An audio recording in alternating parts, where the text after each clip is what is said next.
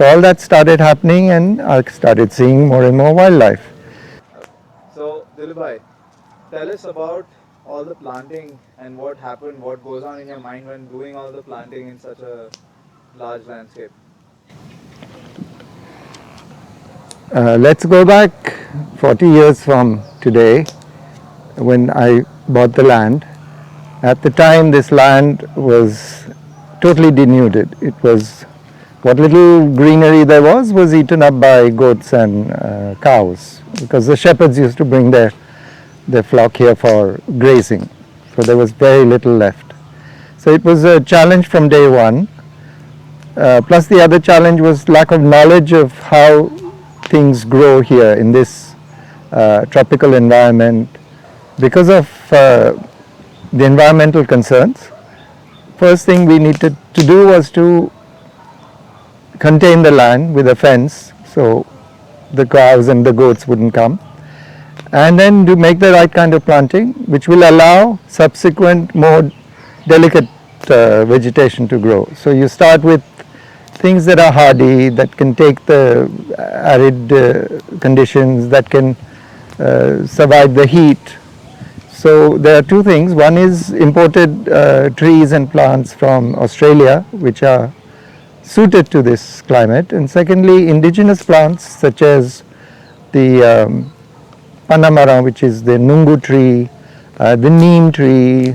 So anyway, so with these initial pioneering planting, plus of course a water source which is derived from a bore well, we started the work all those years ago, and what you see today is a result of the early efforts, because if you do the wrong things from the outset, you're going to be struggling uphill all the time.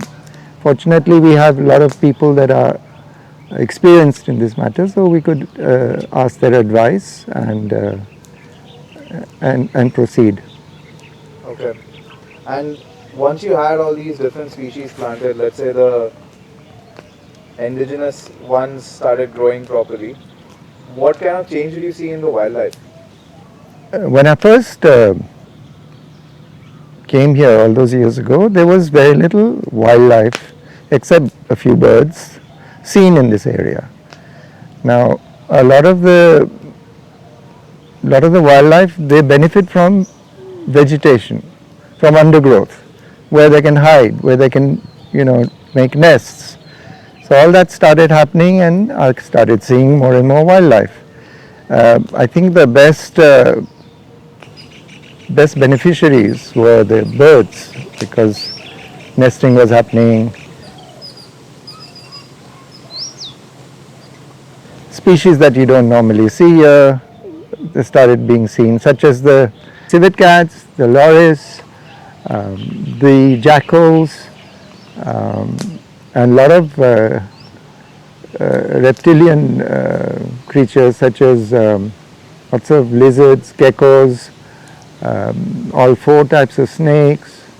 Oh, and one big mention should be made for the owls, because they have made a huge comeback in this area. So all four or all five species are seen in this area now. Yeah, you can hear them at night, you can hear them at dusk, which is very rewarding. Any super rare species that you sighted, once in a lifetime kind of sighting in these areas?